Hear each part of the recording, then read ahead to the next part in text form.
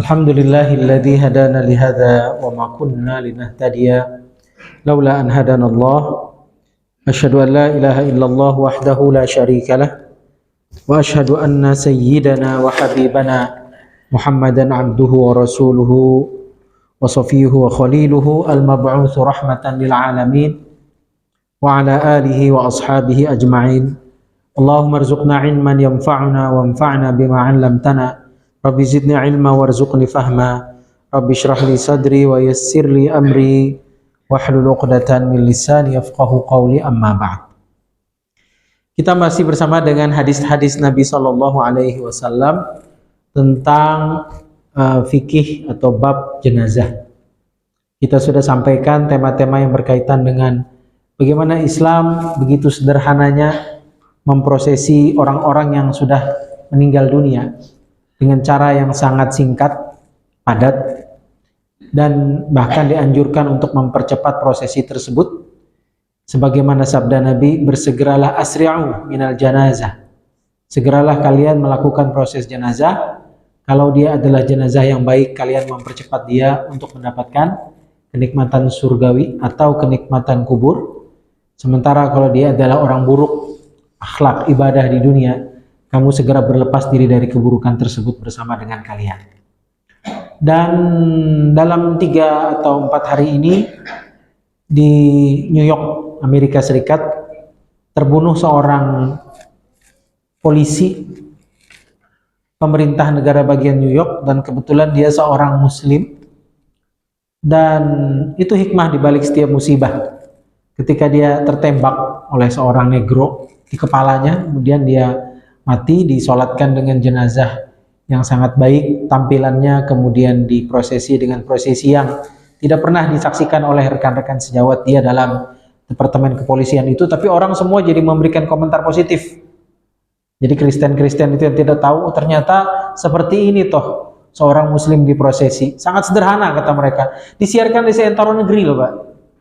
Coba, ini kematian yang menyebabkan satu dunia melihat gitu ya, betapa sederhananya dan mudahnya orang Islam dikebumikan dengan cara yang baik, dan tidak banyak hal-hal yang dikeluarkan berkaitan dengan harta dan seterusnya. Karena memang seperti itulah Nabi ajarkan, disolatkan, sebelumnya dimandikan, kemudian dikafankan, dan segera dikuburkan. Kita juga menceritakan tentang bagaimana Nabi SAW pernah menyolatkan seorang wanita yang meninggal karena sang wanita ini nifas, jadi meninggal gara-gara pendarahan. Kemudian dia meninggal dunia, dan ketika akan disolatkan, Nabi kemudian sholat ketika sholat itu ya di depan, sholat di bagian tengah, atau menyolatkan wanita ini di bagian tengah dari jasadnya. Dan dalam riwayat yang lain, untuk laki-laki yang meninggal dunia disolatkan di bagian kepalanya, gitu ya. Dan kita sudah menyampaikan bahwa ketidaktahuan imam terhadap kelamin sang jenazah itu tidak berpengaruh pada batal atau tidaknya sholat. Seingat saya kita tutup dengan sebuah fatwa di situ, gitu ya. Ketika seorang imam dia lupa dan pihak keluarganya tidak juga bercerita bahwa yang meninggal ini kelaminnya perempuan gitu, jadilah si imam ini sholat di bagian kepalanya si jenazah ini. Apakah batal atau tidak? Dinyatakan dalam mazhab Maliki dan Syafi'i tidak batal, karena dia meniatkan sholat terhadap keumuman orang yang sudah meninggal, gitu ya, terlepas dia dari laki atau perempuan. Tapi dalam kondisi ideal, ketika tahu sudah disampaikan bahwa yang meninggal ini adalah seorang wanita, maka berlakulah apa yang disampaikan oleh Nabi di sini, sholat di bagian tengah jasadnya, kalau laki-laki di bagian kepalanya. Wallahu a'lam. Sekarang kita lanjutkan di hadis berikutnya. An Abi Musa Abdullah bin Qais radhiyallahu anhu anna Rasulullah sallallahu alaihi wasallam bari'un minas saliqah wal haliqah wasyaqah. Qala al-musannif as-saliqatu allati tarfa'u sautaha 'inda al-musibah. Dari Abu Musa Abdullah ibni Qais radhiyallahu anhu, bahwasanya Rasulullah sallallahu alaihi wasallam berlepas diri dari seorang wanita yang mengeraskan suara ketika ditimpa musibah. Maksudnya meraung-raung itu, memaki takdir dan sejenisnya. Atau seorang wanita dengan mengekspresikan dengan cara yang lain, yaitu menggunduli rambutnya atau mencabutinya lantaran berkeluh kesah terhadap kematian tersebut secara berlebihan. Dan seorang wanita yang merobek-robek pakaiannya karena murka terhadap takdir Allah Subhanahu wa taala. Penulis berkata, as-saliqah adalah seorang wanita yang mengeraskan suaranya ketika ditimpa musibah. Jadi Nabi menyatakan Allah Subhanahu wa taala, Nabi SAW berlepas diri, artinya tidak suka, membenci seseorang wanita yang ditinggal mati keluarganya, suaminya, ayahnya dengan ekspresi kesedihan seperti itu. Dan diterjemahkan di sini secara berlebih-lebihan. Adapun jika kesedihan itu diekspresikan dalam bentuk yang wajar, maka itu terjadi pada Nabi Shallallahu Alaihi Wasallam. Kita tahu bahwa salah satu istri Nabi yang memberikan anak itu cuma 2 orang ya, dari rahim mereka. Yang pertama Khadijah dengan 6 anak. Yang kedua namanya Maria Al-Qibtiyah, wanita Mesir. Punya anak 1 namanya Ibrahim. Meninggal waktu masih usia sekitar 1 tahun. Nah, sekarang perhatikan, ketika Ibrahim meninggal dan dikubur oleh Nabi SAW dibantu dengan para sahabat, mereka melihat Nabi meneteskan air mata. Sahabat itu rupanya memahami sesuai hadis ini. Kenapa mesti seperti itu ya Rasulullah? Bukankah persepsi mereka terlarang seperti itu? Kata Nabi, enggak. Bukankah ekspresi sebuah kesedihan itu adalah menetesnya air mata, badan terguncang, hati bersedih? Itu wajar. Oke ya? Jadi kita sedang berusaha untuk mengkompromikan antara larangan yang kita dengarkan barusan dengan ekspresi Nabi dengan kesedihan, dada terguncang, kemudian merasa bersedih hati. Ini sebuah ekspresi manusiawi. Kan aneh Pak, ada orang meninggal dunia dia cengenges gitu ya. Nggak ada, memang orang alami, dia akan bersedih gitu. Orang kita lagi tahu takziah aja. Lagi takziah ini. Padahal kita sebelumnya lagi happy di kantor ya, habis gajian, habis makan tadi breakfast apa, kemudian tiba-tiba ya meninggal. Kita datang langsung mengubah mimik muka kita kan Pak, untuk mengekspresikan berbelasungkawa gitu. Jadi itu boleh. Nah, bagaimana mengkompromikannya? Yang dimaksud dengan larangan di sini adalah mengekspresikan secara berlebihan. Orang Arab biasanya itu sampai ngerobek baju, Pak. Wah, gini. Baru dia teriak, ini pakai gitu. Teriak-teriak tuh, kedengaran sama tetangga. Kadang-kadang rambut digunduli untuk menunjukkan dia begitu sedih, begitu terpukul dengan kematian itu. Ini yang dilarang. Jadi kita jangan salah persepsi loh tentang begini-begini. Kita harus kendala orang-orang yang baru hijrah ini, bersemangat dalam berislam ini, dia baca satu hadis, dia tidak baca hadis yang lain. Itu masalahnya. Padahal harusnya dikumpulkan dulu banyak hadis, baru kita mengemukakan sebuah konklusi. Dari mana? Dari para imam, dari para ulama. Oh, mereka bilang begitu. Nah, jadi para ulama itu menyatakan, kalau memang Anda harus menangis dan bersedih, bersedihlah dalam batas-batas yang dibolehkan oleh agama kita, oleh Rasulullah SAW. Ada pertanyaan? Udah ya, jadi terkompromikan gitu, bahwa boleh ekspresi seperti itu.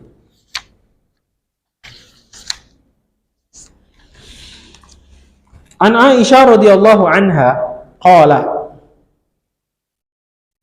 lamma ishtaka Rasulullah sallallahu alaihi wasallam dzakara ba'du nisaihi kanisatan ra'ainaha bi ardil habasyah yuqalaha Mariyah wa kanat ummu Salamah wa ummu Habibah atata ardal habasyah fadzakarata min husniha wa tasawira fiha farafa'a ra'sahu sallallahu alaihi wasallam wa qala ulaika idza mata fihimur rajulu as-salih banaw ala qabrihi masjidan thumma sawwaru fihi tilka suwar ulaika syirarul khalqi 'indallah. Dari Aisyah radhiyallahu anha, dia berkata, ketika Rasulullah sallallahu alaihi wasallam mengeluhkan rasa sakit, sebagian istri-istrinya menyebutkan tentang sebuah gereja yang pernah mereka lihat di negeri Habasyah yang biasa disebut dengan Maria. nama gereja itu.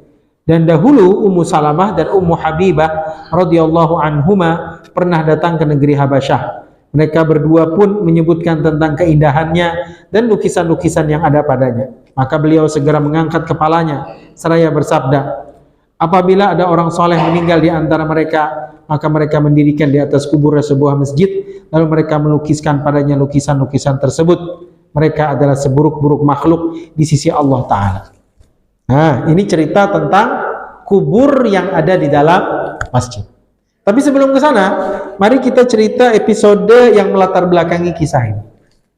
Ini kisah adalah cerita tentang Nabi SAW menjelang wafat. Maka berkumpullah istri-istrinya, kan giliran ya. Kadang Aisyah yang menemani, kadang istri-istri yang lain, begitu ya. Kebetulan hari itu yang membesuk Nabi adalah dua orang istri Nabi. Yang pertama namanya Ummu Salamah, yang kedua namanya Ummu Habibah. Dan kita perlu tahu istri-istri Nabi ini dinikahi Nabi dalam kondisi janda semua. Yang tidak janda cuma yang apa namanya, yang maksud saya perawan cuma satu ya, Aisyah. Gitu. Dalam riwayat yang lain termasuk Maria Al-Qibtiyah yang Mesir itu. Cuma ini non Arab, dia orang Mesir. Satu-satunya dari kalangan Arab yang masih perawan cuma Aisyah radhiyallahu anha. Nah, karena kita punya pemahaman seperti ini, berarti kita tahu bahwa Ummu Salamah dan Ummu Habibah itu janda yang dinikahi Nabi. Gimana ceritanya kok dua orang ini pernah ada di Habasyah? Habasyah itu Ethiopia sekarang. Jadi Habasyah itu bekas kerajaan Afrika besar yang terdiri sekarang ini, terpecah dia menjadi beberapa negara. Alhamdulillah. Alhamdulillah. Yang pertama jadi Somalia, yang kedua menjadi Ethiopia, yang ketiga menjadi negara Eritrea. Dulu kerajaan besar namanya Habasyah. Waktu terjadi peristiwa hijrah pertama, sebelum para sahabat hijrah ke Madinah, mereka hijrah ke Habasyah dulu.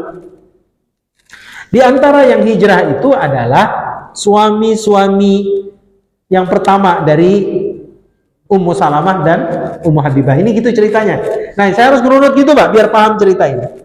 Jadi dulu mereka ikut suami membawa Islam ke tanah Habasyah.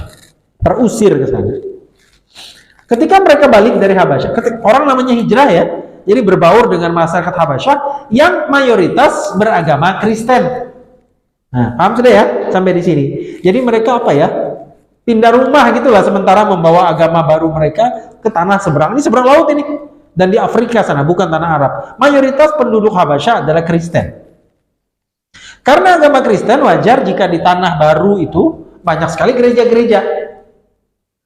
Mereka melihat, berasimilasi, melihat dalam gereja itu ternyata ada banyak sekali ada apa namanya, patung lah ya, pasti begitu. Kemudian ada lukisan-lukisan. Kemudian mereka menceritakan juga ada kubur di sana, dalam situ. Nah, ini cerita mereka nih. Maka mereka berdua menyebutkan tentang keindahan gereja-gereja itu dan lukisan-lukisan yang ada padanya. Nabi kan lagi sakit itu, mendengar istri-istri ini bercerita begitu. Kemudian Nabi mengomentari, kata Nabi SAW, apabila ada orang soleh meninggal di antara mereka. Jadi di Habasyah itu, mereka biasanya mendirikan di atas kuburnya sebuah masjid. Lalu mereka melukiskan padanya lukisan-lukisan tersebut. Mereka adalah seburuk-buruk makhluk di sisi Allah Ta'ala. Jadi Nabi tambahkan. Padahal Nabi seumur hidup nggak pernah ke Habasyah kan? Nabi itu hijrah, bapak-bapak, adalah hijrah yang ketiga. Jadi hijrah ke Madinah itu adalah hijrah ketiga dalam sejarah Islam. Bukan hijrah pertama. Hijrah pertama ke Habasyah, Nabi nggak ikut. Hijrah kedua ke Habasyah lagi, Nabi nggak ikut. Hijrah ketiga ke Madinah, baru Nabi ikut. Nah, gitu dia ceritanya. Jadi hijrah ini latar belakangnya adalah hijrah pertama dan hijrah kedua. Jadi seumur hidup Nabi tidak pernah ke Afrika, tidak pernah ke Habasyah. Cuma ya itu tentunya dengan izin Allah, beliau tahu, kata Nabi SAW, bahkan kalau ada orang soleh dari kalangan orang Kristen itu mati, mereka kemudian bangunkan di atas kuburnya itu masjid.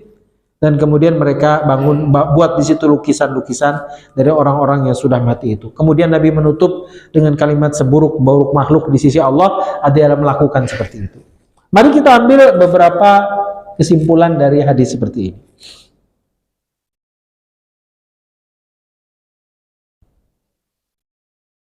Yang pertama, tentang menziarahi, mengunjungi tempat ibadah orang lain. Nah, gitu ya. Ini kan ceritanya gitu. Iya enggak? Jadi dia ada di negara mayoritas non-muslim, dia minoritas di situ. Dia ngeliat ada gereja. Kalau kira-kira bapak-bapak, dia di luar apa di dalam? Di dalam ini. Di dalam, mesti ngeliat ke dalam gitu. Nah, biasanya ornamen itu ada di mana Pak? Biasanya di atas dia. Ornamen makhluk hidup, kalau ini nggak apa-apa Pak, jangan ada yang tersinggung, ini nggak apa-apa. Ini burung, terus orang-orang suci menurut mereka. Orang sucinya gimana? Jadi gambar manusia, terus ada sini nah yang bulat itu. Kemudian ada sayap-sayap. Oh, banyak situ laki perempuan. Jadi dia masuk, dia ngeliat gitu. Nah, ini memunculkan sebuah perdebatan, boleh enggak seorang muslim mengunjungi rumah ibadah orang lain? Kayaknya kalau di kita jarang ya. Yang lebih banyak adalah kalau lagi liburan, biasanya dibawa ke Jawa Tengah, antara Klaten dengan Jogja itu ada candi apa itu? Borobudur, Prambanan. Ramai itu di majalah apa itu ya, dilarang itu bid'ah dan seterusnya. Nah, gimana ini Bapak mendudukan masalah ini? Nah, ini ada ceritanya. Jadi begini, hadirin yang dimuliakan Allah. Pada dasarnya rumah ibadah kita lah yang harus kita kunjungi. Masjid Allah Subhanahu wa taala. Tempat ibadah orang lain diributkan, mau ke sana, mau pelesiran ke sana, ke masjid gak pernah masalah. Itu dulu intinya. Tapi ketika kita ingin melakukan perbandingan agama, maksud perbandingan agama itu ingin mengokohkan iman kita dengan melihat kesalahan agama orang. Bukan menguntit-untit kesalahan dia, enggak. Untuk menikmati, ya Allah, sapi disembah. Bapak-bapak nggak akan pernah merasakan nikmatnya Islam. Allah yang kita sembah. Kalau bapak-bapak pergi ke India, saya pernah soalnya di perbatasan Pakistan India, ngelihat ya Allah, nya sapi, Pak. Menjelang maghrib itu dipoleskan dan dia bilang inilah nya Tuhan. Astagfirullah, saya bilang nggak ada otak manusia. Saya tidak menistakan agama tangga sebelah, tapi ya kita memandang dari sudut pandang kita loh. Saat ngelihat itu saya langsung bersyukur, ya Allah, Kau jadikan aku sebagai muslim yang menyembah Engkau, bukan menyembah sapi, sepi itu. Astagfirullah. Kita apa itu perbandingan agama? Saya di Malaysia itu waktu tinggal di kos, depan saya itu rumah Hindu, orang Hindu. Kalau sudah maghrib atau subuh menjelang matahari terbit, dia buka baju, kemudian nya si Tuhan tadi dipoleskan ke tubuhnya dengan penuh kekhusyuan. Saya ngintip aja dari dia. Auzubillah. Ya Allah, indahnya Engkau menjadikan aku muslim, dilahirkan dan aku mengenal Engkau dengan cara-cara yang Engkau inginkan dalam Al-Quran dan Sunnah. Senang kan Pak jadi orang Islam itu? Bersih kita, Tuhan kita Maha Esa, tidak seperti itu. Nah, kita mengetahui seperti itu kapan? Setelah kita melihat fenomena kesyirikan itu, kesalahan itu. Ini salah satu cara saja untuk meningkatkan iman. Jadi, kalau untuk tujuan seperti itu sah. Nah, jadi misalnya kita mau tahu, ya sudah kita lihat lewat itu ya, bukan artinya memang setiap hari ke sana kita lihat, insya Allah lihat mereka melakukan itu. Kita tidak seperti itu. Tuhan kita lebih agung daripada apa yang mereka lakukan. Nah, gitu. Itu jadi catatan kita. Yang kedua, untuk kajian-kajian akademis dan sejarah. Misalnya ada orang kuliah di bagian sejarah, itu ya, jurusan sejarah Indonesia. Mau nggak mau dia kan harus pergi ke candi. Ya, dia harus meneliti artefak, situs-situs. Nanti tiba-tiba dia hijrah anak muda ini. Nah, dia harus nulis skripsi. Kalau kabut ya, nggak boleh. Itu arca. Itu Hindu dan seterusnya. Gimana dia mau ngambil sampel tulisan, Pak? Bapak-bapak kalau yang kuliah S1 tahu lah. Kalau kabut itu ngambil sampel lapangan. Karena diharamkan. Kenapa kamu ngambil sejarah dari awal? Ambil aja kedokteran gigi kah, jadi gigi yang kamu teliti. Nggak ada syiriknya di situ. Itu bapak-bapak. Jadi realistislah Anda dalam berfatwa gitu ya. Wahai Ustadz. Dan pandai-pandailah kita dalam memahami sebuah dalil dengan cara seperti ini, dengan dalil yang seperti ini. Jadi itu tadi pengecualiannya. Ada seorang dai muda, kalau tidak salah Qatar apa Kuwait, soleh dia, anak muda. Dia biasanya melakukan dakwah itu di Asia Tenggara, Kamboja, Vietnam, dan seterusnya. Sambil membawa bantuan-bantuan dari masyarakat Arab untuk, ini kan minoritas semua Pak, Vietnam, Kamboja itu. Sampai ke Kamboja rasanya, di YouTube ada, sampai ke Kamboja, dia turun dari mobilnya, dia menuju perkampungan muslim, masih agak jauh, cuma turun dari mobilnya. Kenapa? Dia ngeliat ada kuil gitu, dan Tuhannya itu ada dalam bentuk patung yang gembrot, perut mendahului karir tuh, gini, diwarna-warnain. Dia turun gitu dengan takjubnya sambil miris. Kemudian dia lihat ada orang gitu ya, mau mohon gini dengan santi gitu. Dia turun, dia bilang la haula wala quwata illa billah, subhanallah ma khalaqta hadza batila subhanaka faqina adzabannar. Itu jadi naik itu iman kita. Betul kayak gitu dia. Itu kenapa nggak diharamkan? Kenapa nggak dibid'ahkan? Malah dia bilang apa? Kalau bukan hari ini aku nggak pernah tahu bahwa ada kesyirikan sampai setingkat ini. Nah, jika tujuannya seperti itu, maka sah kita melakukan kunjungan. Jadi untuk keperluan meningkatkan keimanan, dan yang kedua adalah untuk keperluan akademis. Sisanya ya carilah pelesiran yang lain, masih banyak tempat-tempat kita untuk melakukan traveling dan jalan-jalan wisata tadi. Itu yang pertama. Kemudian yang kedua, memang tempat ibadah selain masjid di dunia ini dipenuhi dengan lukisan-lukisan. Dan masjid ini terlarang yang seperti itu. Lukisan apa maksudnya di sini? Ini bukan lukisan umum, Pak. Ini lukisan yang menggambarkan orang-orang sucinya di antara mereka. Jadi bukan, kalau yang seperti ini haram, enggak. Coba lihat di Masjid Nabawi itu banyak ornamen-ornamennya. Kenapa itu enggak apa-apa? Ini kan ramai di masjid, salah satu masjid di Balikpapan, dekat aja dari sini. Sini sana. Biar bapak-bapak menebak sendiri. Sampai panitia masjidnya datang ke saya, gimana ini Ustaz, ada mengharam-haramkan, nggak boleh, pokoknya polos aja gitu ya, jangan ada gini-gini. Saya bilang nggak apa-apa, lihat di Turki itu, lihat di Saudi gitu, lihat, nggak apa-apa itu. Tapi jika lukisan itu mengganggu, misalnya digambar di sini dan seterusnya, baru itu jangan. Bapak-bapak tahu kan masjid di Namirah dulu, itu depannya kan kayak kaca Pak, yang dulu Namirah itu sebelum direnov. Kemudian, nah saya setuju kalau begitu, kemudian ininya dicat buram, diganti gitu dindingnya. Karena orang kalau sholat, bayangkan, jadi masalah nanti. Nah itu yang dilarang, itu bukan lukisan lagi, jadi kayak kaca di depannya. Nah jadi sebenarnya urusan lukisan ini yang dilarang adalah yang bergambar dan berbau makhluk hidup. Dan yang kedua, jika lukisan itu memang betul-betul mengganggu orang dalam sholat. Kita kan biasanya lukisan itu di mana? Di atas kan? Lukisan pemandangan, lukisan awan, gemawan, seperti ini, ya sudah begitu. Yang dimaksud Nabi di sini adalah lukisan orang-orang soleh yang sudah mati dari kalangan orang Kristen ini, kemudian digambar. Bapak-bapak bisa buktikan, coba masuk atau dari jauh lah, atau lihat di YouTube lah. Gereja-gereja itu apa yang digambar di situ?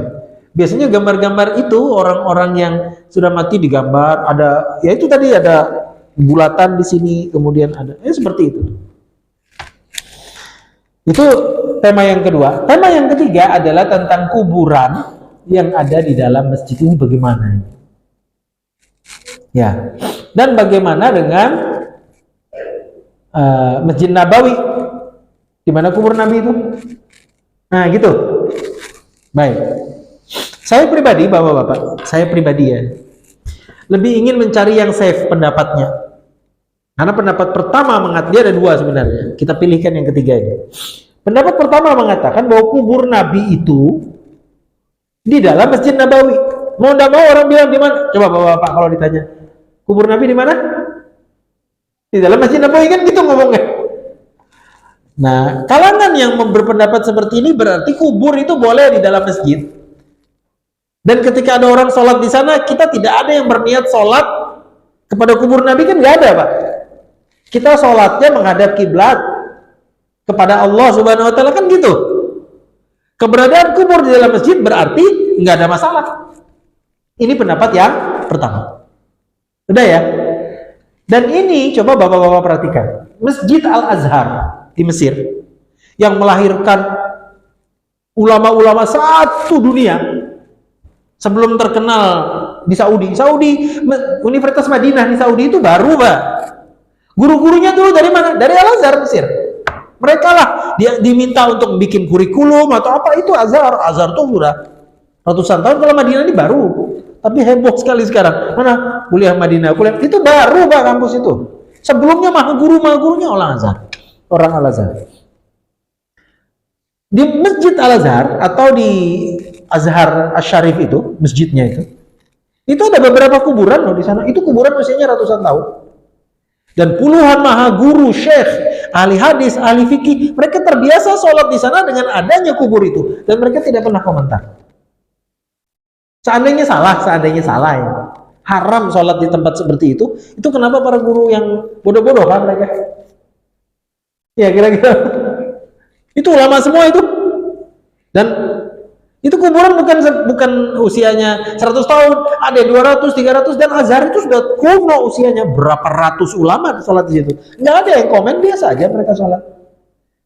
Jadi ini dia mengkiaskan dengan kubur Nabi yang ada di Masjid Nabawi. Dengan catatan tidak boleh meniatkan untuk sholat ke kuburan itu. Nah ya, ini pendapat pertama, dan ini yang dipakai di beberapa tempat di Indonesia. Bapak-bapak kalau pergi ke kuburan ke Jakarta, ada beberapa masjid, itu dalamnya ada kuburan. Masjid, misalnya masjid di Tim itu, Taman Ismail Marzuki, apa sih namanya, di tikungan itu. Sana ada cabang hotel Blue Sky Balikpapan ada. Yang itu sepanjang jalan itu ada masjid kuno di pinggir sungai, itu ada kubur di sana. Dia mengacu kepada pendapat yang pertama ini. Pendapat yang kedua sekarang pendapat yang kedua. Nggak boleh, haram. Tidak boleh ada kubur di dalam masjid. Dalilnya adalah ini hadisnya. Nah, ini kalimatnya jelas. Mereka mendirikan di atas kuburnya sebuah masjid. Gitu ya. Maksud masjid di sini ini kan cerita tentang orang Kristen. Bukan masjid dalam makna masjid kita. Maksudnya masjid tempat ibadahnya orang Kristen. Maksud Nabi itu. Bisa dipahami Bapak ya? Jadi Nabi menggunakan istilah beliau untuk menggambarkan orang-orang Kristen itu kalau mau sujud, kalau mau beribadah, mereka beribadah di masjid mereka, maksudnya kuil atau gereja mereka. Nah, dari hadis ini menunjukkan tidak bolehnya ada kubur yang dibangun di masjid. Sekarang bagaimana mereka mengkonter pendapat yang pertama? Ya kan, pendapat pertama mengatakan kubur Nabi dalam masjid. Kata mereka enggak kok. Itu darurat. Sebenarnya kubur Nabi bukan dalam masjid. Waktu Nabi meninggal itu kubur Nabi di mana, Pak? Dalam masjid? Enggak. Di mana itu? Di rumah Aisyah. Rumah Aisyah ada di mana? Di dekat masjid Nabi. Di dekat, bukan di dalam masjid. Kan gitu awalnya. Kemudian terjadi pelebaran di zaman Umar.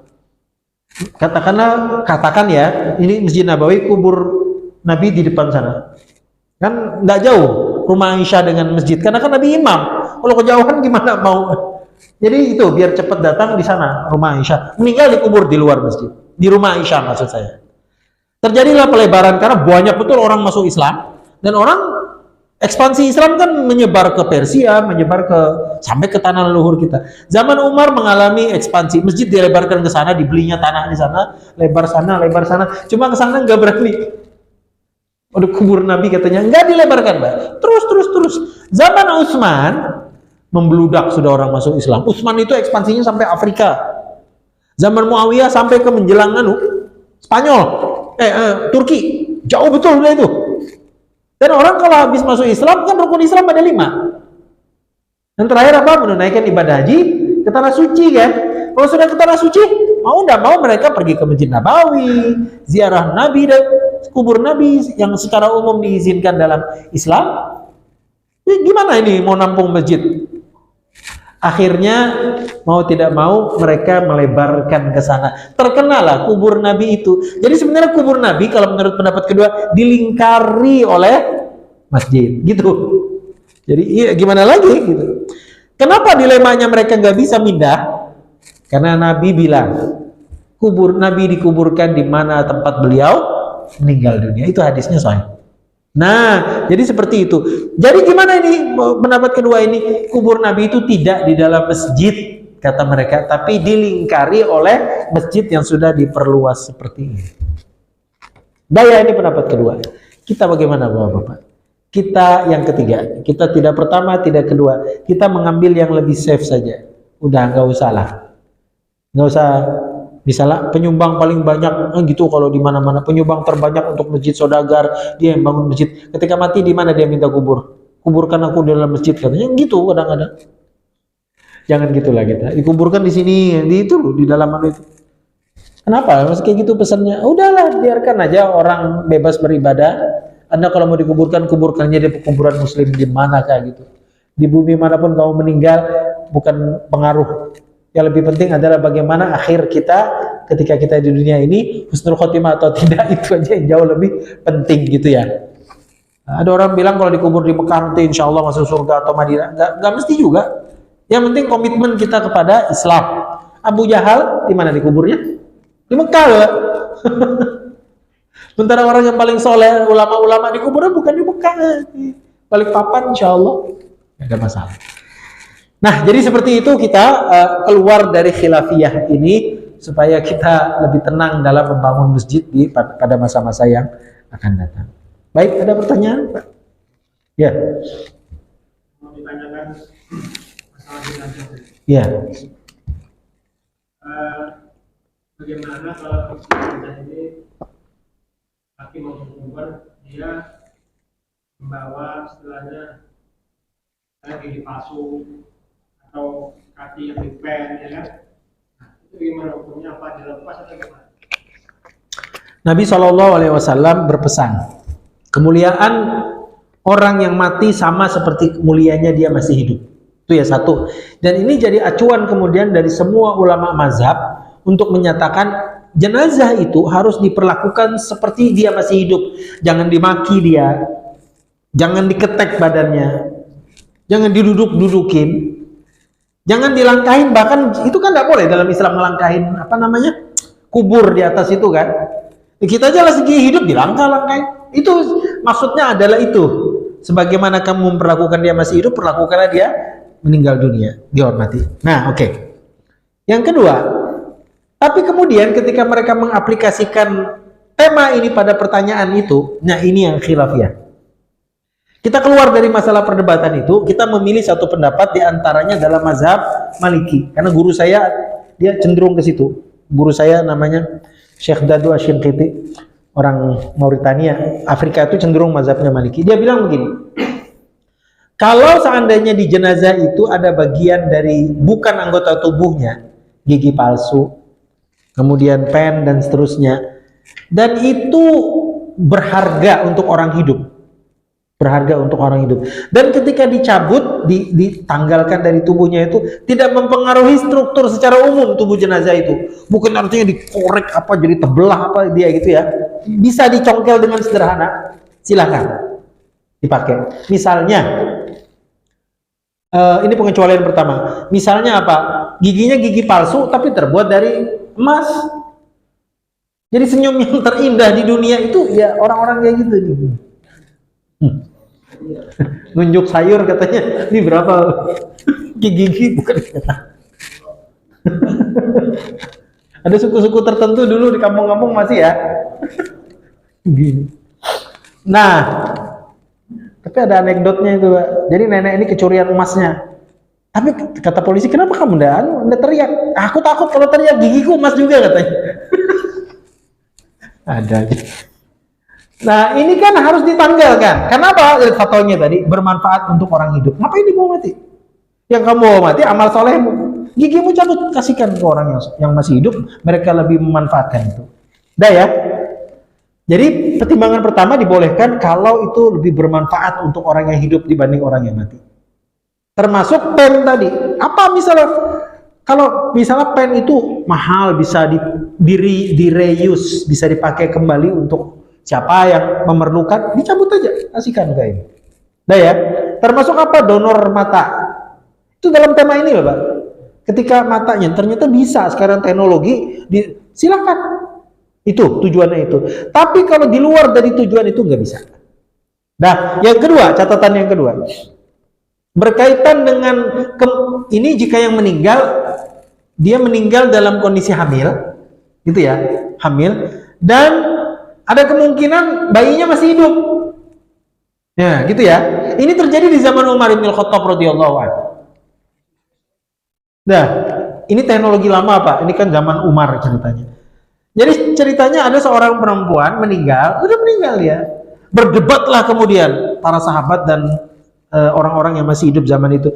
Ini gimana ini? Kita kan dilarang, kan tadi tuh mau dilarang memotong-motong jenazah karena kita perlakukan sebagaimana dia masih hidup.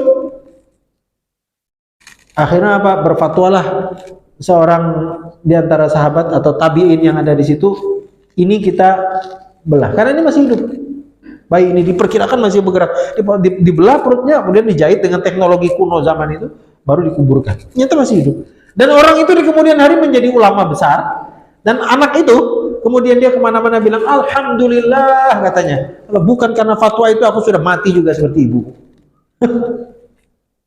Coba, ini kan pertimbangan ya. Islam itu logis dia.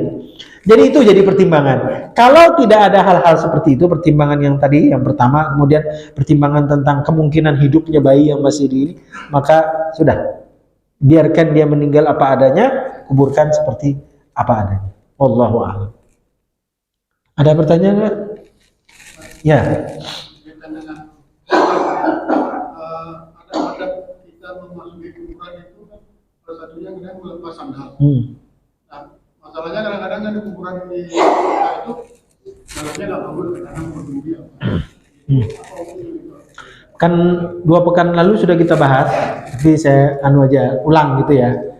Jadi memang ada sunnahnya seperti itu gitu ya. Cuma kalau yang sunnah yang natural secara umum kita laksanakan adalah membaca doa sebelum masuk kubur. Diriwayatkan oleh Aisyah bahwa Nabi mengajarkan kalau mau masuk ke dalam kubur baca doa Assalamualaikum daraqaumin mu'minin wa inna insyaallah bikumul lahiqun. Gitu kurang lebih doanya. Kemudian jangan bikin yang aneh-aneh gitu ya. Setelah itu ya ziarah kubur seperti biasa. Kata Nabi fa innaha tudzakirukum bil maut. Karena hal itu ziarah kubur itu mengingatkan Anda dengan kematian. Dah. Terus termasuk yang tadi. Nah, cuma yang jadi beban bahwa ini lebih sunnah adalah yang doa tadi, Pak. Sementara yang pakai sendal itu walaupun disebut sunnah, tapi orang tetap harus melihat ke kondisi area pekuburan. Kalau di Timur Tengah, kuburan itu di gurun ya. Kita buka sendal dari pintu gerbangnya relatif aman. Namanya pasir kayak pantai gitu. Kalau di kita, saya ingat betul meninggalnya Pak Sahran. Dia ada Sahran Samad, ada Sahran Sabe. Enggak, ini saya Sahran Samad dah. Yang dikuburkan di tangki 1. Sahran Samad kalau itu, ya. Pak ini Pak Peno waktu itu datangnya gitu. Saya juga pada pakai cuma cekik bukan cekik ya. Kai-kai itu keluarnya dia nanti bisa menyusul kita ini. Banyak papaci, Pak. Apa? Papaci. Beling. Maaf saya orang asli sini. Kaca-kaca itu di situ. Akar-akar yang tajam gitu nanti menyusul kayak apa? Nah, jadi dalam kondisi gitu kita harus melihat juga kondisinya. Pakailah sendal, lebih aman gitu ya. Lagi pula kuburan sekarang ini dalam kota itu crowded semua itu. Crowded. Bahkan kuburan-kuburan itu saking crowded itu sudah ditutup kan. Misalnya mana? Kuburan Asrama Bukit. Itu nggak ada sudah. Kuburan. Nah, itu waktu itu kuburan di tangki 1 itu belum perluasan ke bawah, Pak. Nah, awalnya gitu. Tapi sekarang udah diluaskan kan? Ada yang mau pesan kan? sudah diluaskan. Tapi yang paling luas itu yang di kilo berapa itu? 15 kan? Nah, itu sebelah kirinya COVID kan, coba sananya ada katanya buat umum. Wallahu alam saya nggak tahu. Intinya gitu. Nah, jadi silakan kalau mau mengamalkan seperti itu, tapi kalau kita khawatir lebih baik kita pakai alas kaki. Gitu ya. Baik, kita masih ada waktu.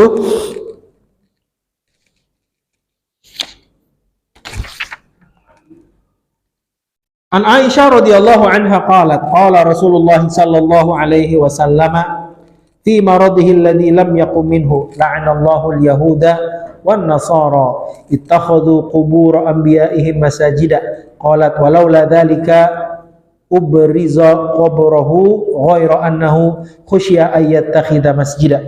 Dari Aisyah radhiyallahu anha dia berkata, Rasulullah sallallahu alaihi wasallam bersabda di saat beliau sakit, semoga Allah melaknat orang-orang Yahudi dan orang-orang Nasrani yang menjadikan kubur-kubur para nabi mereka sebagai masjid. Maksudnya sebagai tempat untuk sujud, untuk beribadah, bukan masjid kita ini, itu maksudnya.